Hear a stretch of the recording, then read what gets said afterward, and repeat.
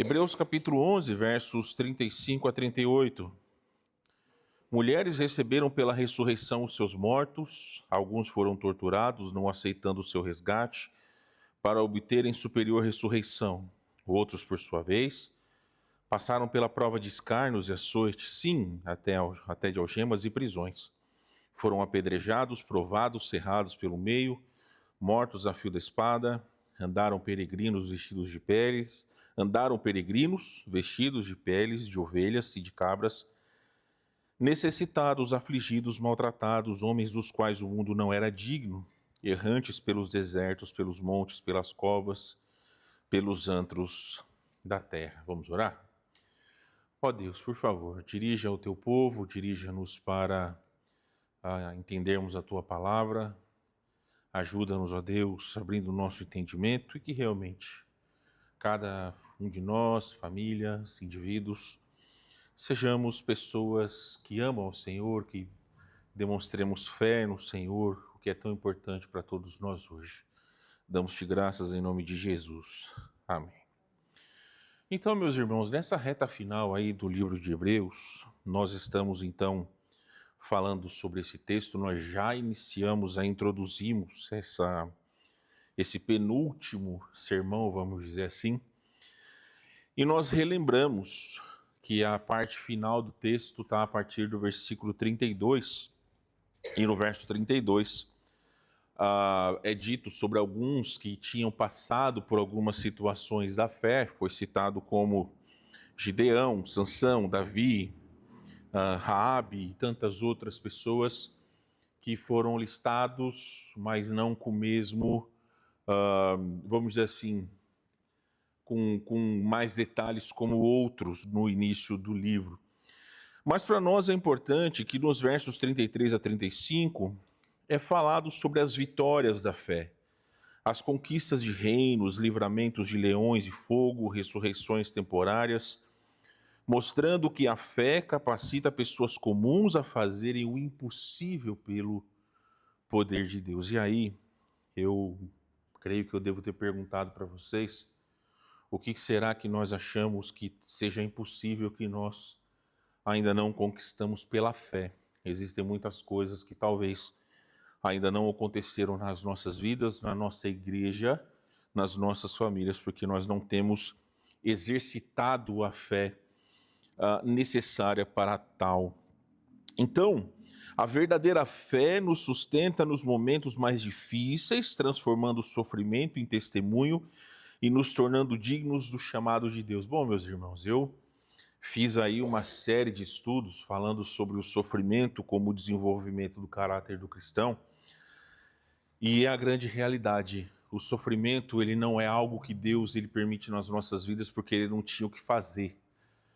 É realmente para o nosso aprimoramento. Alguns vão sofrer mais, outros vão sofrer menos, mas o sofrimento serve para o nosso crescimento espiritual. Então, dentro da jornada que cada um de nós temos, e até mesmo na nossa própria igreja, nós conhecemos pessoas que, mesmo sendo fiéis, sofrem exacerbadamente por conta de algumas questões que somente Deus, dentro do seu plano e soberania, sabem do motivo, mesmo que nós não saibamos as respostas. Mas dentro disso que nós estamos falando, vai novamente pincelar sobre essa questão da importância do sacrifício em prol do crescimento espiritual, sacrifício em prol da nossa fé.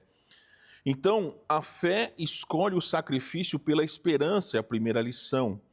Porque no verso 35, parte B, vai dizer que outros, porém, foram torturados, não aceitando o seu livramento, para alcançarem melhor ressurreição. Então, aqui o texto grego das palavras outros, porém, destacam que nem todas as pessoas elas terão vitórias visíveis.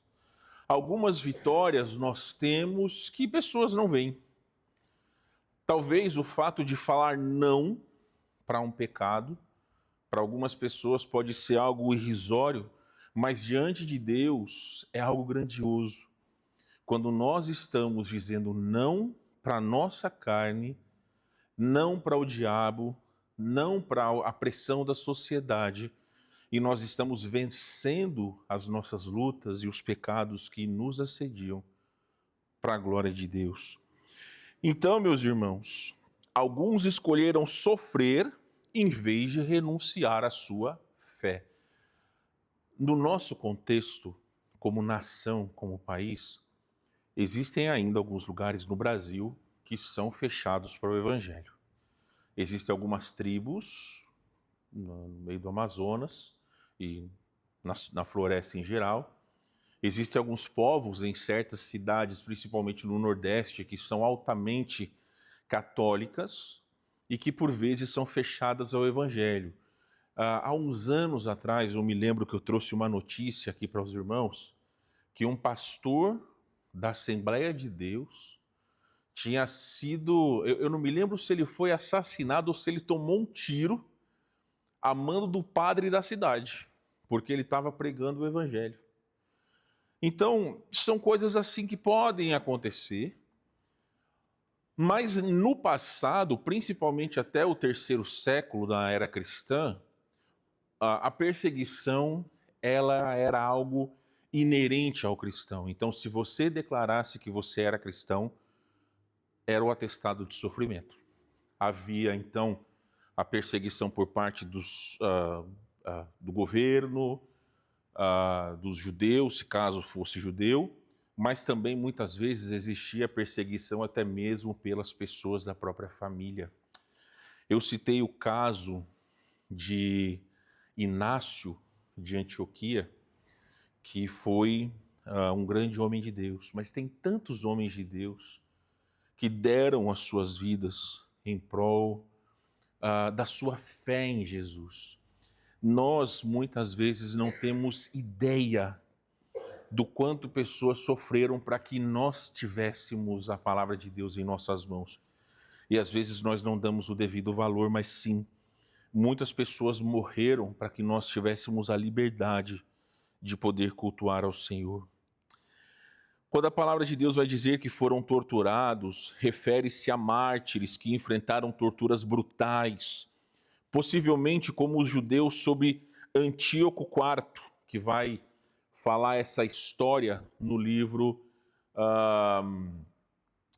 apócrifo de 2 Macabeus.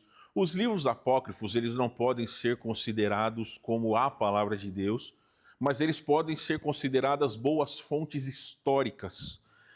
Então, esse livro de 2 Macabeus, ele tem essa história sobre alguns que se levantaram contra a tirania de Antíoco e foram brutalmente assassinados. Eles preferiram morrer a abandonar a sua fé.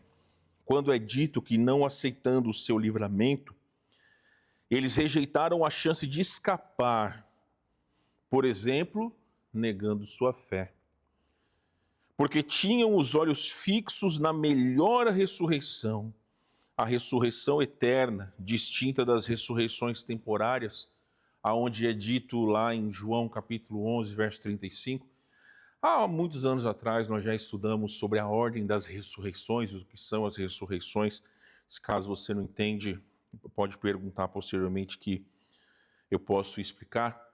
Mas interessante que eles estavam esperando o dia, ansiando o dia que iriam viver uma vida inteira em prol do Senhor. Então, meus queridos, infelizmente, mais uma vez eu digo, no nosso contexto hoje em dia, é uma coisa que não é comum, porque existem muitas pessoas que entram na igreja e que, por vezes, com a sua vida, com as suas palavras e atitudes, negam a sua fé. No passado, essas coisas elas não aconteciam. Porque a partir do momento que alguém se dizia cristão, ele já assinava o seu atestado de perseguição e muitas vezes o atestado de óbito. E era esse o instrumento que o diabo ele tentou ceifar o início da igreja, fazendo com que muitas pessoas fossem mortas. Só que posteriormente o diabo entendeu que não era a perseguição que fazia com que a igreja viesse a se enfraquecer. Imagine o seguinte, ó. Vamos pensar aqui na nossa igreja, vamos pensar no nosso contexto. Se hoje homens armados aparecessem aqui e deixassem claro o seguinte: a partir de agora, todas as pessoas que disserem que amam a Deus ou que são cristãos serão mortos. Talvez no próximo culto apareceria meia dúzia de pessoas. Alguns talvez arrumariam alguma desculpa, algum pensamento para que não fossem mortos. Então, esse era o modus operandi do passado. Era cristão, morria. Só que a grande questão é que aqueles cristãos que vinham, que viessem, eles eram cristãos autênticos, porque eles não teriam medo da morte.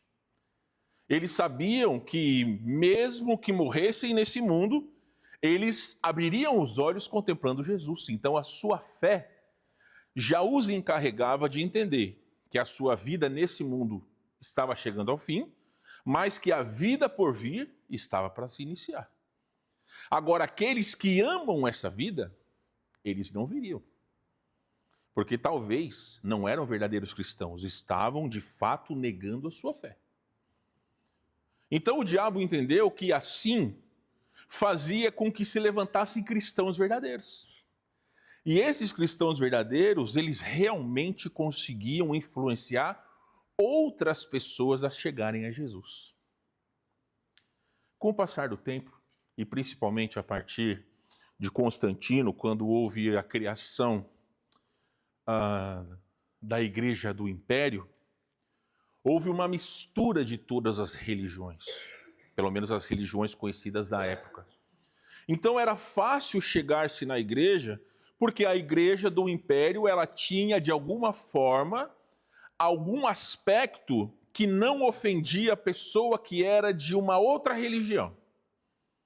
Então, tinham coisas de religiões de matriz africana, tinham coisas de religiões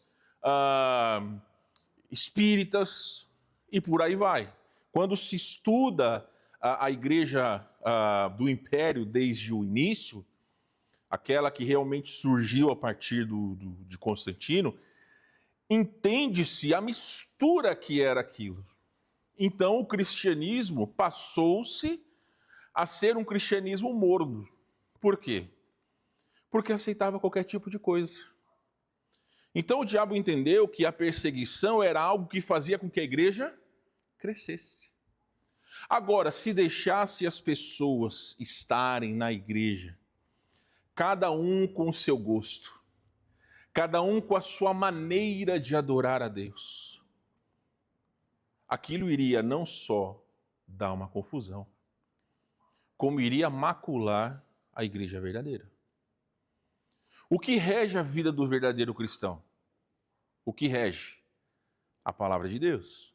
Então aqui nós podemos ter gostos pessoais. Por exemplo, se eu perguntar para vocês qual o hino que você gosta. Um vai gostar do hino tal, de um tal inário, outro assim, outro assado. Então gostos nós temos vários. Só que o que é primordial da nossa fé não pode ser diferente.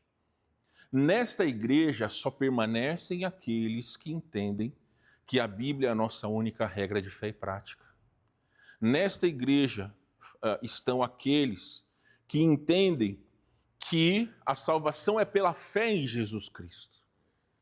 Que nós adoramos e louvamos a Deus de uma maneira racional e não emocional.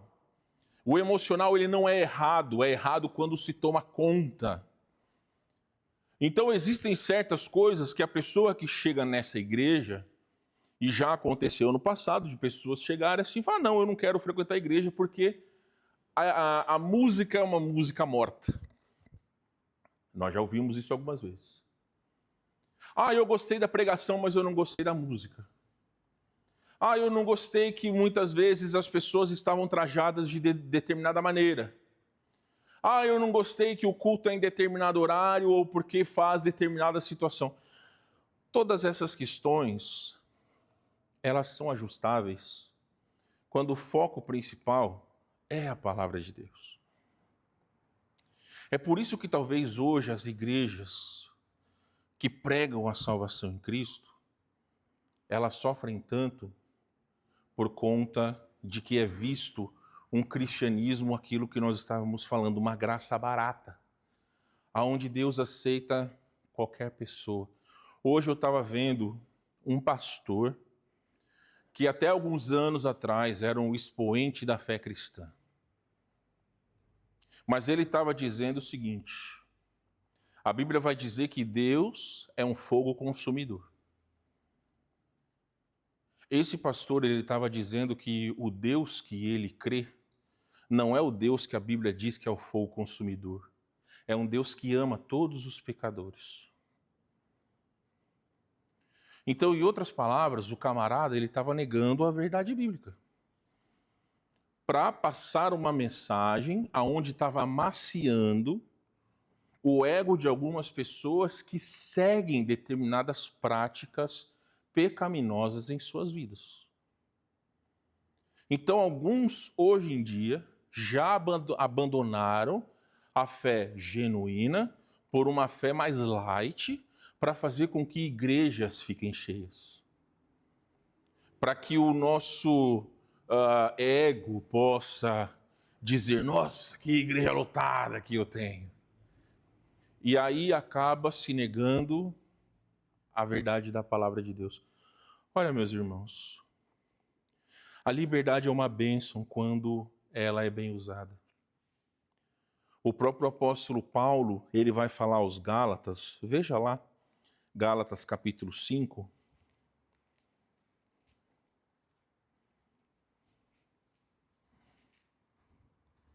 Olha que interessante, Paulo fala sobre o verdadeiro amor cristão. Gálatas 5,13.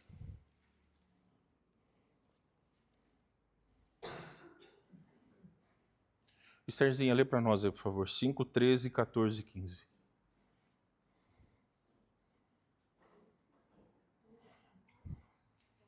Porque vós, irmãos, fostes chamados à liberdade. Não useis então da liberdade para dar ocasião à carne, mas servi-nos uns aos outros pelo amor. Porque toda lei se cumpre. Uma só palavra nesta: amarás o teu próximo como a ti mesmo. Se vós, porém, os mandeis de devorar,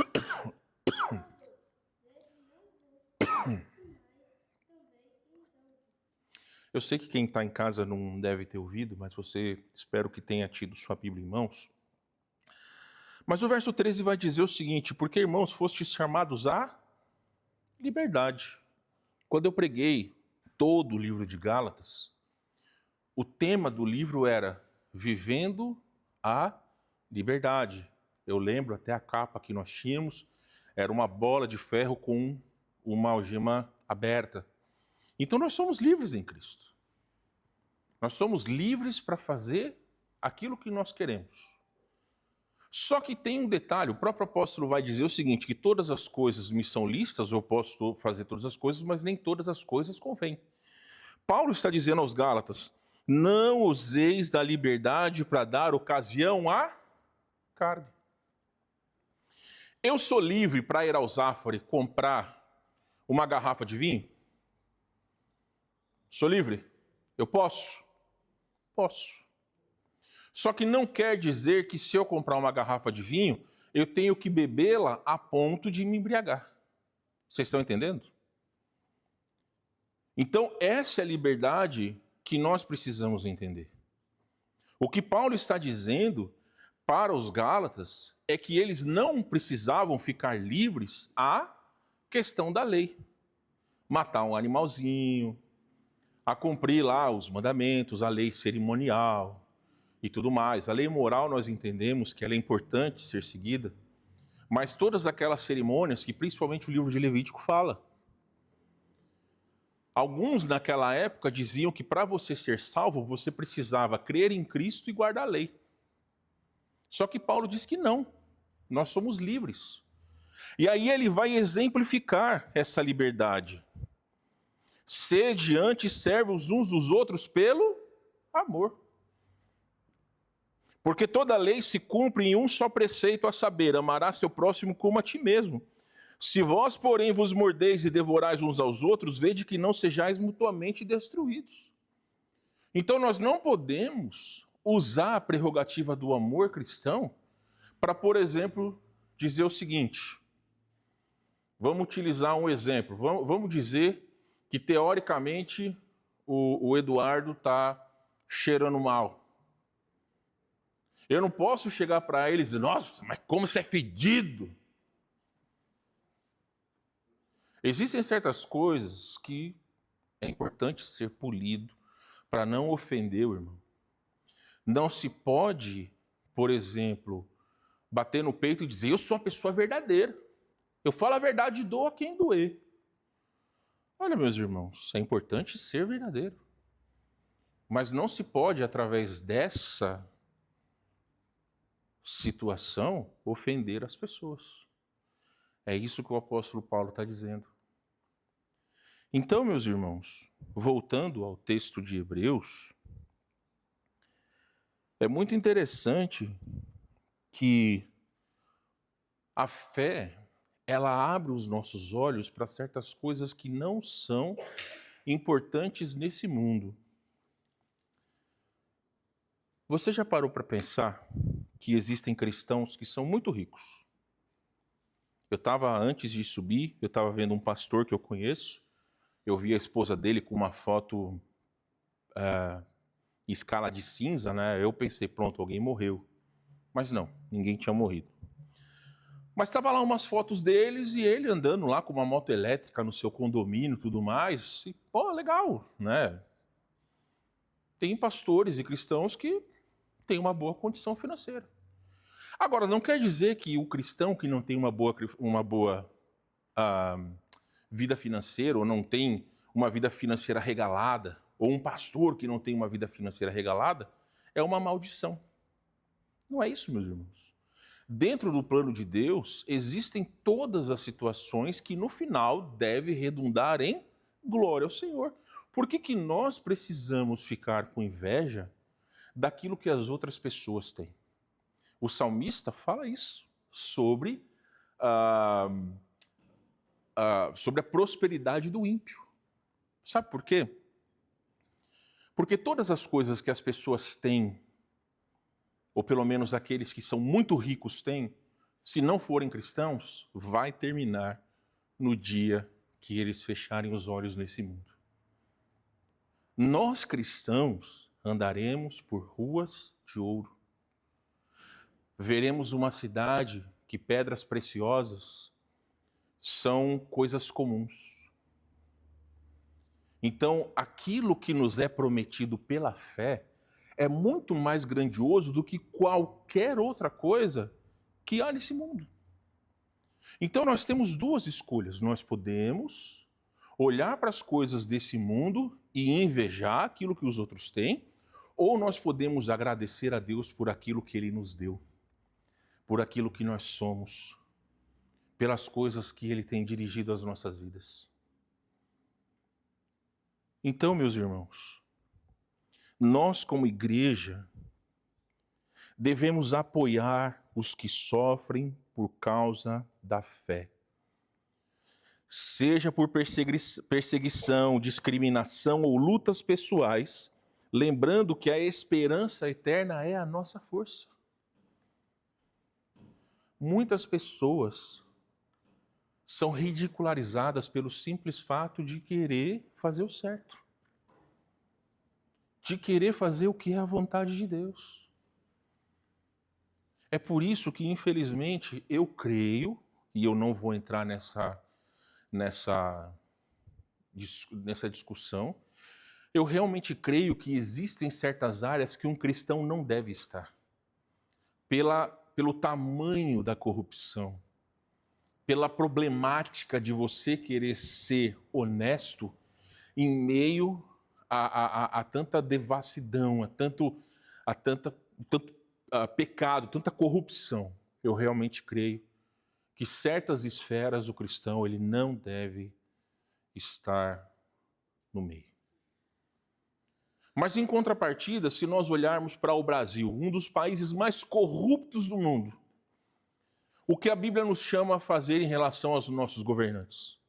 A Bíblia nos chama a orar por eles. A Bíblia não nos chama para fazer tudo aquilo que eles querem, mas a orar por eles, a respeitarmos as leis, desde que elas não vão contra a palavra de Deus. Então o padrão de Deus ele é sempre melhor, ele é sempre mais alto e não vai trazer nenhum tipo de problema para nós quando nós fizermos aquilo que é o correto diante de Deus. Então, meus irmãos, existem pessoas que sofrem pelo simples fato de amarem a Deus e nós devemos apoiá-las. Existirão pessoas na igreja, ou já existem pessoas na igreja, que perderão seus entes queridos. Existirão crianças que crescerão sem pai ou sem mãe. Existirão esposas que viverão sem maridos, maridos que viverão sem suas esposas. Filhos que viverão sem seus pais, pais que viverão sem os seus filhos. O que nós vamos fazer? Sempre nós devemos colocar na conta de Deus. Porque a palavra de Deus deixa claro que Deus é soberano sobre todas as coisas. Isso que o autor de Hebreus está dizendo. Que aquelas pessoas que deram a sua vida, o padrão delas era mais alto porque os olhos delas não estavam nas coisas que esse mundo pode oferecer, mas na direção de Deus para as suas vidas. E como igreja, nós só vamos alcançar esse padrão quando os nossos olhos deixarem de estar nas circunstâncias. Quando nós entendemos que Deus e esta igreja pertencem ao Senhor, que as nossas famílias, que as nossas vidas pertencem ao Senhor, nós iremos então encarar certas coisas de maneira diferente. Nós daremos mais importância às coisas que realmente são importantes para Deus e menos importância para aquilo que não é importante para Deus.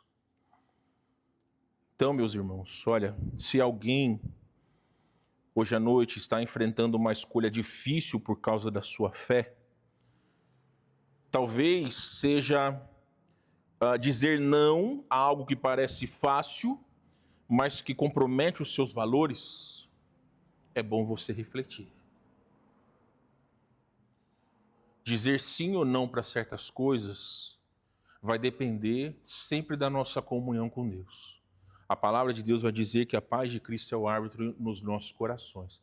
Agora, não adianta nós buscarmos a Deus ou buscarmos uma resposta de Deus com uma vida espiritual ineficiente. Não adianta nós queremos a direção de Deus nas nossas vidas se a nossa vida com Deus está deficiente. Porque aí nós estaremos tomando decisões baseadas no nosso achismo, ou talvez na nossa consciência ou no nosso eu, ou talvez baseado na conversa com outras pessoas, já achando que talvez seja Deus, quando na verdade não é. É um tiro no escuro. Então a melhor coisa é poder estar em comunhão plena com o Senhor, fazer com que Ele possa agir nas nossas vidas e encarar as situações conforme a vontade dEle. Olha, meus irmãos, era para eu ir para Curitiba agora com a minha família e nós não vamos por conta das situações que nos acometeram. Eu tenho dito a vocês, e isso não nos faz melhor do que ninguém, que nós temos procurado colocar na conta de Deus. Deus permitiu, nós pudemos testemunhar e dentro do plano dele, faz parte. Um propósito que talvez só ele sabe o motivo, razão ou circunstância.